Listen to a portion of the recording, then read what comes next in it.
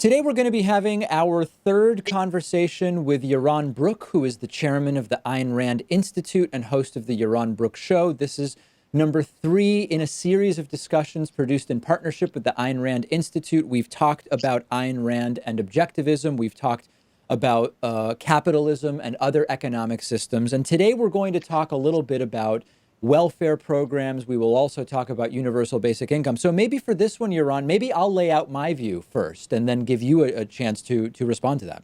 Sure, sounds Okay. good. So my view on welfare programs in general, and I think we'll start general and then maybe get more specific, is number one, I don't see any moral case against welfare programs in principle. For me, one of the beautiful things about humans getting beyond a state of nature into an era of governments and technology and education and advancement is that we have the political and economic resources to set some floor for the circumstances in which people will live. I don't subscribe to what George Lakoff calls strict father morality, where I'm motivated by the idea of teaching people a lesson by not helping them when we can in principle. I think that there's little about that I find convincing, that the people will be better off in some long run if no one helps them and they either die or figure it out or don't or whatever. I don't buy that. I do believe that once you sort of put aside principles that might be appealing to a 16-year-old hearing about libertarian ideas for the first time and think about the real world and people and relationships, I think that there are many positive elements of establishing a welfare system. Now, any welfare system or insurance system has some free riders. There will be some people who will overuse the benefits, people who will be motivated not really to use these benefits as a bridge to better their circumstances, but they want to hang around and collect $200 in food stamps or whatever. I don't think policy should be made around them. And I think that in total, if you have a properly run program, be it food stamps or unemployment or whatever, I believe economically it's a net stimulus. And I think that when you consider the positive externalities, we're doing something good. And I'll give a couple examples and then turn it over to you. You hear stories about people sitting back and collecting welfare and being thrilled to live on the government dole. I don't think anybody's riding high on food stamps and unemployment. If you want to talk about corporate welfare, then maybe we have something to talk about, but I don't think that's today's subject. The small percentage of people who do find themselves satisfied by what they can make from welfare programs, I'm just not worried about them. I think most people want to do things. Most people want to be productive. You know, the non-existent welfare queen with a Cadillac from the Reagan era never existed. And we know that if people can't afford food, they'll commit crimes to get food. This taxes our police departments, our emotions. We feel unsafe in our neighborhoods. We don't go out. So my starting point is everybody, society overall benefits in the short and medium term from properly calibrated, thoughtful welfare programs. And in the long run, the sun expands and engulfs the earth. So I'm not super worried about the extreme long run. That's my framework for thinking about this. Sure, and it's the framework on which we're going to disagree, because I'm gonna defend the 16-year-old. I guess I never grew out of still am that person, and I reject the welfare state, not because of the free riders, not because of the welfare Cadillac, whatever. I don't really care about those things. I don't think that's the essential. I don't think it's important whether they exist or not. I think the welfare state is fundamentally and deeply immoral. And it's immoral because it basically negates the rights of individuals to do as they will with the wealth that they have created. It is somebody else, the government in this case, deciding what is best use for my resources based on some standard of social well-being, which I reject as being an even standard. The role of government, as we discussed last time, in my view, is to protect the rights of individuals to be free, to act freely, to think freely, which means to invest freely, to consume freely, to give away their money freely, to do whatever they want with their time, their resources, and their mind. And the state here comes and tells me that they have decided that there is a group over there that needs my help. Now, maybe it does, maybe it doesn't, but they have decided that I should help them, and they're not asking me for help. They're not requesting me to help. They are coercing me. They're forcing me. They're putting a gun to my head and forcing me to help that group. I reject violence. I reject coercion. I reject force. I mean, if you had said, I think there are people who need help, and I'd like to see a society in which there are voluntary organizations that help people that need help, then, you know, that's a fruitful conversation to have. But as soon as you bring in the element of, I know what's good. I know what's good for society. I know who needs help and how much help and where they need help and what programs to help them. And I'm going to force you to participate. I think now it's an immoral system, and it's a violation of the very principle on which government was established, or should have been established, which is the principle of protecting individual rights, not violating them.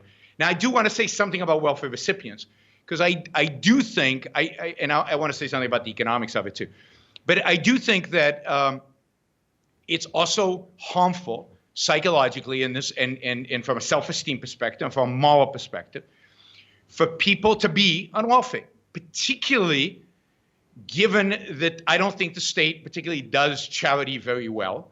I think that, put aside the borderline cases, but I think there are a lot of people who feel like or are institutionalized into welfare, where they expect it, and it becomes an entitlement, and it becomes a way of life. And I think that is horrible for them. I think it's sad for them. I think I think the one thing about charity is it functions in a way that is usually much more restricted, much more time bound, and usually encourages people to rise up from their state and take control of their own lives. I think what welfare does to most poor people is it makes them dependent, and that destroys their self-esteem. Basically, the state is coming to people and saying, you guys can't take care of yourself, whether it's because of your culture, whether it's because of your IQ, or whether it's because of your mentality, whatever it is. You can't take care of yourself. You need our help, and we're going to help you, and don't worry, we're going to help you. And yes, it's not help enough to be middle class, but it's basically institutionalizing people into poverty and giving them all the wrong messages. And there's no accident that the war on poverty has done very little to reduce poverty. One last point, because you raised a lot of issues. It's not a net stimulus. I mean, we really need to get rid of this bogus economic idea that consumption drives the economy. I mean, it drives me nuts because everybody repeats it as if this is gonna prove it's the case.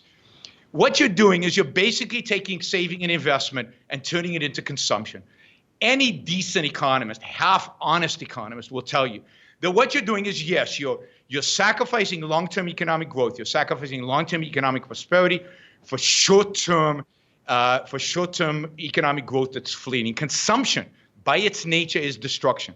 When you eat something, it's gone. It goes away. That's the nature of consumption. Investment is what builds things for the future. Investment and savings are what create economic growth for the future. Wealthy people who you're taxing, or even middle-class people who you're taxing, don't consume their money. They invest it and save it. And it's that investment and saving that you're taking, and you're turning it into, so it's net for the economy negative. There's no positive stimulus. I hear Andrew Yang talk about this, and I hear lots of economists from particular persuasion talk about this. This is just not true. It's not economically sound. I don't think Keynes would agree with this. So I think we need to get the economics right on top of everything. I think we do, and I do think you're completely misstating the economics. But let's maybe come back to that, because there were some things you said earlier that I want to focus on. One thing is, I think it's very presumptuous of you to say that the psychological impact of receiving a benefit from a welfare program is that you feel bad about yourself and unworthy and all these things, but that if you get the same from charity, people feel great. I think that is a distinction that makes no sense whatsoever. I don't even know that it really should have much of a part in our discussion, because you can feel okay or not okay if the money comes from government or charity. I don't think it makes a big difference. It's a huge difference. The one comes from government. You know that it's money that's being coerced from other people. No, most people don't agree with that framing. So I would just, most people don't see taxes. Hold on, but Yaron, hold on. If most people, but hold on a second. If most people don't see taxes as coercion, how can you say most people see the welfare benefits as having been coerced? Of course, everybody knows taxes are coercion, whether you want to admit it or not. Try not paying your taxes.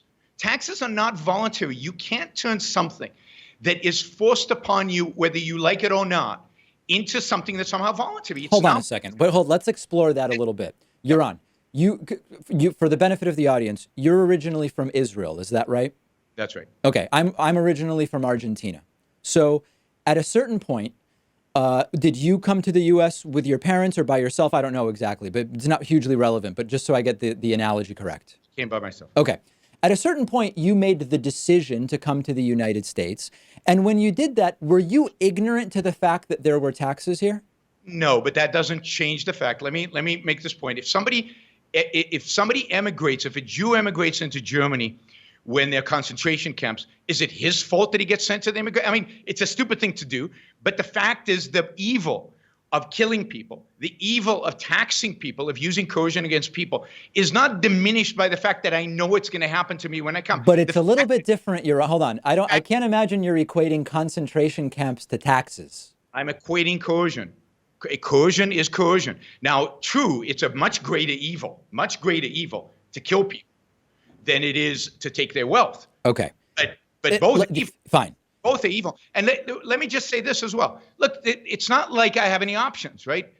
Every state in the world today coerces people. Well, but then that's so. But I think allow me to at least follow it fully through. So you concede you chose to come to the U.S. knowing what the system was, but you say that doesn't make the system any more moral. Fine, I concede that it doesn't. But then to suggest that choosing to come to the U.S. knowing the tax system, choosing to stay in the United States and work, and then saying that you were completely coerced into paying American taxes, that seems like a bit of a stretch. Now, you're getting to one of the most important elements here, which is, but hold on, David, other countries also have taxes. That's right, and there's a reason why, which is once you have more than a couple hundred people who want to live together, as Jared Diamond has written about brilliantly in his book, you need to delegate some decision-making power, and that's what we call government. But you're sort of getting to making my case for me. No, I mean, you need to delegate some decision-making to government. But if government is then, and the purpose of that is to eliminate coercion, if government is then using coercion in order to so-called eliminate coercion, and it's not, it's just to increase coercion, it's violating the very principle on which it was put together, and therefore it undermines its own legitimacy. But look, there are lots of situations in life where you can imagine where coercion exists and you can't get out of it. You have a little storefront in the east side of New York in the early 20th century, and the mafia comes around and collects protection. And would you say it's voluntary that you give them the protection money? Well, of course it's not voluntary. You're being coerced. You know the consequences if you don't pay the coercion. So people say, well, why don't you leave the store and go somewhere else? Well, because it's expensive to leave the store. It's difficult to leave the store. And there might be protection money I have to pay in the next neighborhood as well. So I'll pay the protection. But you know what? I'm still going to complain about it. I still view it as immoral that I'm paying the protection money because it's unjust. It's not right. It's not fair. And I view what the government does, takes money from me and give it to somebody else, is the equivalent of protection money. Yes, in a sense, they're coming to me and say, you cannot pay and you go to jail. You cannot pay and I'll break your window, burn down your store. It's exactly the same thing. It's exactly the same form of force. Now, you need to just admit this and say you're okay with some coercion. That is what most people say is, look, when we come together in a society, we accept that there's going to be some coercion placed on some people, and we're okay with that. I'm not, and I think it's wrong, and I think it's morally offensive because I think, again, my view is the individual. Coercion against the individual is always going to be morally wrong. Right? Coercion. So the initiation of force against an individual is always morally wrong, and within that framework, government cannot tax to regulate. Government cannot tax to redistribute wealth. Government cannot use coercive taxation. But so the problem I'm having is you've conceded that there is a voluntary nature to your choice to come to the United States knowing the taxation system and to stay here and to work here. And I get it. If you do it and then you don't pay the taxes, eventually someone with a gun will come and bring you to jail. But you still chose to come to the U.S. knowing there are taxes and to work. Now you're saying I still get to complain about it, and you do, and I completely respect and support your desire and ability to complain about it. And but hold on. Yep. But to then take a decision that you concede was a voluntary one, even if you don't like it, and say that the entire system is coercive versus saying we live in societies and understand that we are giving up the ability to decide everything that happens in the society because that's how a society works. It's a game that is partially linguistic and part ideological that's being played. It's definitely ideological. I'm not against ideology. I'm a big supporter of ideology. I have an ideology. Sure. And I think my ideology is logically consistent. But no, I think what you're saying is completely, illegitimate and not logical. The fact that I chose a lesser of two evils, I could have stayed in Israel. I considered that a greater evil. Let's just take taxes. Taxes were higher. I chose a lesser of two evils. Doesn't make the lesser evil less evil. It's still evil, right? Now, it might be less evil than Israel, but it's still evil. And I will do everything I can to reduce that evil further. And you would do the same thing. Let's say you believe you came here from Argentina, or let's say you didn't come from Argentina. Let's say you came here from Denmark. You didn't come from Denmark, but I know people who've come to the United States from Denmark. Okay. And you have a particular point of view, a pro-welfare state point of view, and you say, I don't think the United States is moral because it doesn't redistribute enough. And people would say, well, why don't you stay in Denmark? Denmark, they redistribute more. And you would say that's an illegitimate argument. It's okay to come to the U.S. and argue you're not redistributing enough. We should redistribute more. I'm saying it's fine, but that's the difference, Yaron. It's fine to show up and argue for whatever you think is best. But to claim that you were coerced into doing it is where I have a problem with what you're saying. Sure, show up and say taxes are too high. But of course it's coercion. It's nothing else but coercion. But hold on. You didn't have to come here. You didn't have to work. This is the fundamental point. I brought this last time. Yeah. And by the way, I live in Puerto Rico for this reason, because I chose, to reduce my taxes even further. And I've reduced my taxes significantly by moving to Puerto Rico. So I am following this, and I still can look at the United States from Puerto Rico. We kind of part of the United States and kind of not, and say, that's evil what they're doing. That's wrong. That's immoral. But look, I gave this example last time, and I think it holds for welfare, and it holds for the issue of taxation. My neighbor can come and ask me for help, and I can voluntarily supply him help or not. It's up to me. Him getting together with all the neighbors and voting that I have to help him, that is coercion. And that is what democracy does. Democracy does not turn stealing into a virtue. Stealing is stealing is stealing. The fact that a majority voted for it doesn't make it right. Now, you could say, I don't mind. I think that the fact that, we steal is okay because there's some greater good achieved by it. Fine, but you have to acknowledge that it's stealing, because it is. The fact, if something is wrong for an individual to do, it's wrong for a group to do. The group doesn't make immorality go away. I don't think that we necessarily disagree about whether you have 100% power, I guess is the way I would call it, to decide every aspect of what it's like to live in a country. Like, I just hesitate to apply the words you're using because they have significant value judgments attached to them that are divorced from the empirical realities of being human and living in a group of more than 150 people. I think that's what maybe becomes frustrating about these arguments where, okay, I'm okay with the government saying, if you want to live in this country and if you want to work, which they're not forcing me to do, right? I mean, okay, I'm choosing. If you want to do those things, then here is the way that it's going to work. And I can decide, well, on that basis, I will or won't work. But here's okay. By what authority can they do that? So I mean, the whole way in which particularly America was founded was on the principle of individual rights. Not you start with the government, and then the government decides under what condition it's okay for you to live, under what conditions it's okay for you to work. No. The U.S., this comes up often. The U.S. government's ability, the U.S. government's right to collect taxes is widely established and codified. If I'd have the citations in front of me had I known they were going to be necessary. I don't, but I've discussed this on my program. The idea that there is no legal basis for collecting taxes, that has been widely debunked. No, I'm not going to argue that. Okay. I'm not arguing that. I'm arguing you believe it's illegitimate. The fundamental nature, and I'm not even arguing the history. I'm talking about the fundamental nature of government. Okay. Government is not there to dictate to me how to live my life. Government is there to serve the one function it's supposed to serve, which is to protect my life and property. And that is it. And everything else that it does in the name of the social welfare is coercive. It is by its very nature forcing me to do things I don't want to do and thus violating my rights. It's an Fine. engagement of my right to life, liberty, and the pursuit of happiness. Okay, that's your interpretation, and many people disagree. But I think our focus has been heavily on your disagreement with welfare on the basis of how it's paid for, because it's coming out of your taxes and you don't have a say. Let's for a second maybe shift to the other side of this, which is the issues of the function that welfare programs can have in a society. Do you deny the negative externalities of economic despair that I mentioned during sort of my opening? Sure, I'm not going to come out in favor of economic despair. Indeed, I believe that the correct way to deal with economic despair is to have, a government that does not tax and redistribute wealth. I believe there's a lot more despair today in America than needs to be.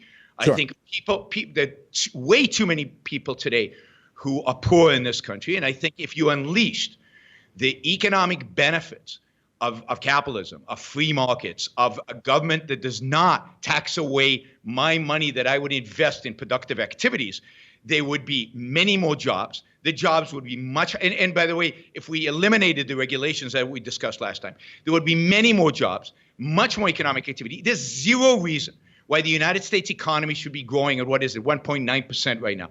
It should be growing at 4 to 5%, at least. At 4 to 5% growth, poor people in this country, their standard of living would grow dramatically. But to achieve that, you would have to completely restructure the way we do things. We would actually have to establish a capitalist economy in this country, which we don't have. We have but hold on, a couple things on 4 to 5. So number one, 4 to 5% growth in any sustained way is extremely rare in countries that are as developed as is the United States. Usually, only countries that are not yet as developed can experience that. But and you'll be able to comment on that. One sentence. Yes. That's because there are no capitalist countries in the world. Okay. All right. I know that that's your perspective. The other thing, though, is there's a reality that if you had 4 or 5% growth, as we've seen, 60, 70, or 80% of that growth would go only to the very top, and it would do very little actually for the people in the bottom 80 or 90%. I mean, I don't want to get bogged down in the statistics, but that is unbelievably not true. Plus, it's unbelievably not true. And you can read the Financial Times critique of Piketty's book, and you can read all the other critiques of Piketty's book. I mean, what that man did with numbers, is fraudulent, is basically fraudulent. But and the same is true of the latest articles by his co-authors. I can't pronounce his name, Saez, and his co-author. Anyway, you live in Puerto Rico and you can't pronounce Saez? There's plenty in the economic literature which I read, which is a vast economic, not philosophical, not ideological critique of those studies and what they do, and the whole disengagement of productivity from labor costs is such. These are such wrong ideas that again are repeated over and over again and become like institutionalized truths. When in the economic literature they are all being challenged on a daily basis, not by ideologues but by economists. So I don't think that's true. But again, you're equivocating between two things. You're equivocating between the world we have today and capitalism. We do not have capitalism today. There's no question that today a disproportionate amount of the wealth created goes to certain people at the expense of other people. A big reason for that is the way our Federal Reserve functions. That is, by pumping money into the financial system, drives up asset prices, which for the most part benefit people who already have assets. And it doesn't benefit people who don't yet have assets. So there's no question that there is a distortion going on today. But that distortion is not driven by capitalism. It is driven by a very statist, I won't call it socialist, but statist institution, which is a Federal Reserve. I don't believe there should be a Federal Reserve. I believe in free markets, which means free markets in money and free markets in banking and unregulated issuance of currencies. So, to blame the problems that exist today in the United States on capitalism, it's not what capitalism is, and it's just not true. Well, listen, you're right that we of course don't have total unregulated free market capitalism. There are numerous markets where that's not, of course we don't have that. But I think what's deceptive or maybe distortive about what you're saying is, even if at the policy level you can say, The problem is the money that's pumped into the economy by the Fed, and there's lots of people like you who want to get rid of the Fed. The problem with that is the reason that we have those policies is because of the disproportionate influence over government of certain industries that benefit from those policies, like banking and so on and so forth. So while you want to, hold on. So while you want to say the problem is that the government apparatus exists, really the problem as I see it is that the government apparatus has been captured by certain industries, including the financial world and the financial sector. So I'll partially agree with you. Okay. But your solution is the opposite of what the solution should be. Well, maybe. And the cause and effect is opposite. So I'll give you a quick example, which when in 1995, let's say, when Microsoft was the largest corporation in the entire world and massive, how much money were they spending on lobbying, on trying to capture politicians? Well, zero. No lobbying, nothing. No lawyers, nobody in Washington, D.C., not a single person, no attempt to capture anything. And they were brought in front of Congress. And they were fought like Zuckerberg has been recently, in front of a panel. And Orrin Hatch, a Republican senator from Utah, got up and started yelling at the Microsoft executives. You guys need to start spending money here. You guys need a lobby. You need to build a building. You need to get engaged. And Microsoft walked away from the meeting basically saying, you leave us alone, we'll leave you alone. We're not interested. We don't want to lobby. We have nothing to gain from you. We're the biggest company in the world, and we're doing a damn good job making money and improving the lives of billions of people around the planet. 6 months later, knock on the door. We're here from the government, and we're here to accuse you of antitrust violations. What was the thing that Microsoft, God forbid, had done to screw our lives that justified a Justice Department investigation? They gave away a browser for free. Yeah, the idea was that they were privileging their browser over all others, and that it had, a destructive effect on competition because of Netscape and whatever else. Think about how many browsers you have today, all offered to you for free. So the argument was bogus, still is bogus, and yet for 20 years, they had to deal with this. 10 years in courts and 10 years with a government supervisor at Microsoft. Guess how much money they spend on lobbying today? I'm guessing a lot. A lot. So the lesson Microsoft learned was government will not leave you alone. The only way to get rid of lobbying, the only way and the only legitimate moral way to get rid of lobbying is to get rid of government power. Now, Yaron, that there's a completely different interpretation of your Microsoft story. There's a different interpretation of the Microsoft story, which I'll present. And I don't know that it's the one I would die on a hill defending. But the other interpretation of that would be that Microsoft, at that early stage where they were making a ton of money and not doing any lobbying, the reason why they were able to do that is, as often is the case, government takes a while to figure out how to regulate new technology and new technology companies. And I know you're shaking your head, but let me at least get it out there, because this is an argument that it's not a crazy argument. I mean, we can discuss how valid it is. Sure. And so what really happened there was, once the government figured out, hey, here's how the regulatory infrastructure should be applied to this new industry, Microsoft was no longer floating under the radar, and all of a sudden they did what everybody else has to do. That's the other interpretation of it. Sure, but either way, it leads to the same conclusion. Get government out of regulating business. Get government out of the business of business, because they're shouldn't be in the business of coercing us, or what products to buy, and how to buy them, and what information we need, and so on. Then you don't have lobbying. So take Google. Google learned exactly following your case. It saw what happened at Microsoft and it said, government is regulating. So from day one, literally, you can go find this. From day one, Google has been spreading the money around. Republicans, Democrats, everybody gets their money. Indeed, until recently, nobody in the United States has gone after Google. The Europeans have gone after Google because they didn't spread the money around there to the same proportion. They didn't bribe themselves out of regulation to the same proportion. And now people are starting to look at Google. Why? Because the regulatory apparatus, now it's politically good for both the left and the right to go after Google for different reasons. They both want to go after them. So, yes, absolutely. There's the whole mechanisms here, but the only solution to it is still right. I want to make politicians impotent when it comes to economics. And if that happens, then there's no incentive for me to lobby. The bigger the government becomes, the more powerful the government becomes, the more intruding the government becomes, the more regulations you have, the more lobbying you will have. There's a different perspective as well, which is if you eliminate the money of lobbying and donations from PACs and so on and so forth, and you set up some term limits, you would free our elected officials, because there's nothing on the other end, there's no consulting deal, whatever, to just regulate the way that they believe would be best. And for many of them, that is regulation. There is regulation that many of them think would be best. The reason they're convinced out of it is because they need to raise money for that next re-election campaign. But you got a lot of problems there, because you think, as most statists do, that you can come up with just the right law. Statist. Well, you're a statist. I mean, you believe in a big role for the state. I believe in a very minimal role for the state. I believe in a slightly bigger role for the state than a centrist, because I'm a social democrat. So to me, everybody in the political spectrum today is a statist. Okay.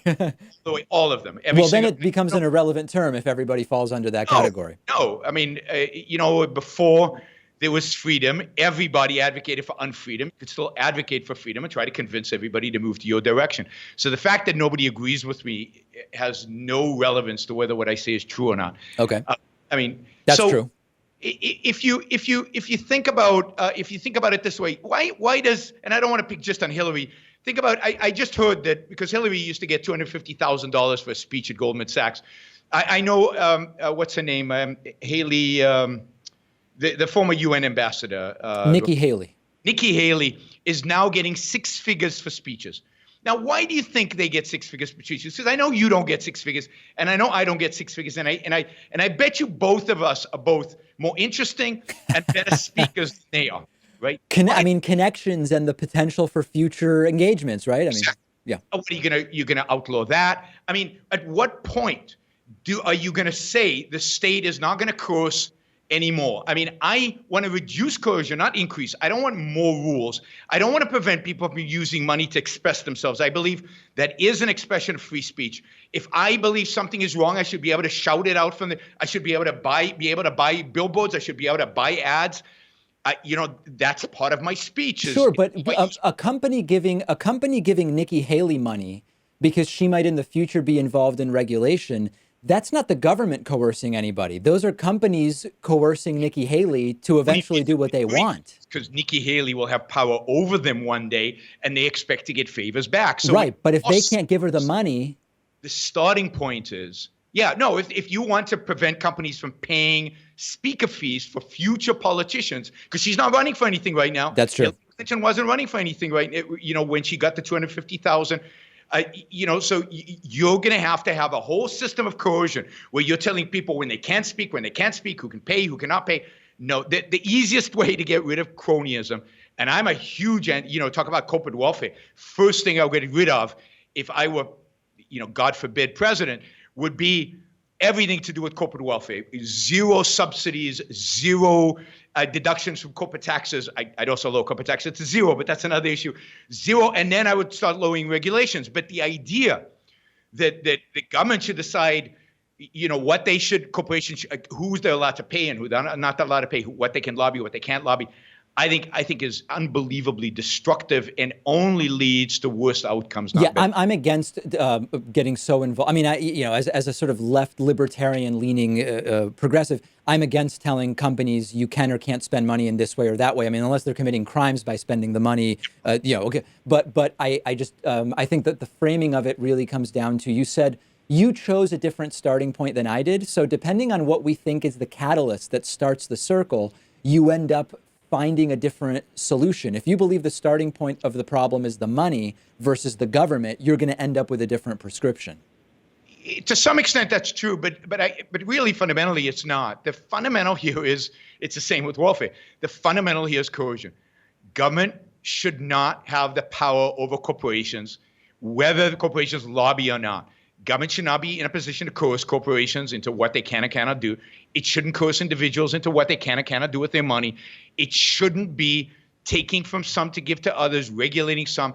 I just don't want people to be dependent on, I think it's immoral for an entity like government to be dictating our lives to us and telling us what we can and cannot do in every single realm. So Ayn Rand used to criticize the right And in those days, the right, I think, was marginally better than it was much better than it is today. But that's because today it's so horrible. It's not because it was good then. She used to say the right kind of wants to leave you free in the boardroom, but wants to regulate you in the bedroom. And the left wants to leave you kind of free in the bedroom and to regulate you in the boardroom. I want to leave you free in every aspect of your life. Yeah, that's a talking point that's common, but it's like, I think reasonable people would agree that it is not equivalent to say that a government telling you that two men can't get married is the same thing as saying a government shouldn't be able to say we use taxation to fund schools. Like to pretend that those are the same thing and bear the same relevance in society seems strange to me. Well, it seems to me that the issue of education is much, much worse than the issue of gay marriage. That is, again, I don't think the government should be involved in marriage. I don't think the government should be involved in education. Okay. But government involvement in education is a million times worse and more disastrous in its consequences than government involved in marriage. I mean, people could still live together, they could still have sex together, they could still cohabitate and so on. But if you take a poor kid and you inflict on him public education, and you do to him what the public schools do to kids, I don't think they can ever recover from that. You know, here in Massachusetts, where schools are properly funded, public education's pretty good. You know, let me tell you, so since we're talking about childhood, I went to school in Massachusetts. I went to 2 schools in Massachusetts. I went to Brookline High School for 1 year. Great high school. And I went to a school before Brookline High School, which was considered the top up to 8th grade school in the country, one of the top. And Dukakis's kids went to the same school I did. This is in 75 and 76, 74 through 76. And in 2 years in the Massachusetts public educational system, I fell basically 2 years behind my counterparts in Israel. No, I'm not kidding. In science and math, so not 2 years. I'm exaggerating for the rhetorical flair. You were 2 weeks behind. Be honest. You missed one assignment. A year and a half. When I went to Brookline High School, I took 11th and 12th grade math and science courses in order to keep up with my Israeli counterparts. I'm not making this up, but no, the educational system, even in the places where we think it's good, is lousy. And the educational system for poor kids, by the way, Chicago spends a lot of money on poor kids, a lot of money, and educational outcomes are awful. Listen, I think that what you're describing about American kids being behind, I think it's true, but I don't think it's for the reasons you're saying. I think that in the United States, there is not currently a culture. I mean, the same thing happens in Argentina, where we are teaching critical thinking from a young age. We are teaching kids to figure out why they believe what they believe. I think it's leading to way more people who are tricked into supporting Donald Trump as a result. I think it has political repercussions, but I think that this is a real problem. Donald Trump will agree on, but and blaming the educational system for that. And I agree with you. Yeah. We're not teaching the right things, but I think that's what happens when you have a one-size-fits-all system. That is, and the more we centralize it, the worse it becomes. Instead of what I would like, is I would like the next entrepreneur not to think about how to create the next stupid app for this, and Angry Birds 76. Right. But I would like the next entrepreneur to be thinking about how to build a school where they can educate, where they can teach, where they can make it affordable, where they can appeal to a large public. I would like to see real competitive and innovative markets where they matter. And I can't think of a realm more where it matters than education. Instead of having that dictated by unions, by school unions, by teacher unions, I want to see competition. I want to see innovation. I want to see entrepreneurship. And I want to see the same motivation that goes into the next app, going into the next great educational product. And you don't get that as long as government not just funds education, but actually in a sense, controls the schools. All right. Well, we're not going to resolve it, but needless to say, my audience knows we are in different positions on this. All right. This is a good point to pause our conversation. We've been speaking with Yaron Brook, chairman of the Ayn Rand Institute and host of the Yaron Brook Show. This has been episode 3 of our discussions, and there will be a 4th episode upcoming.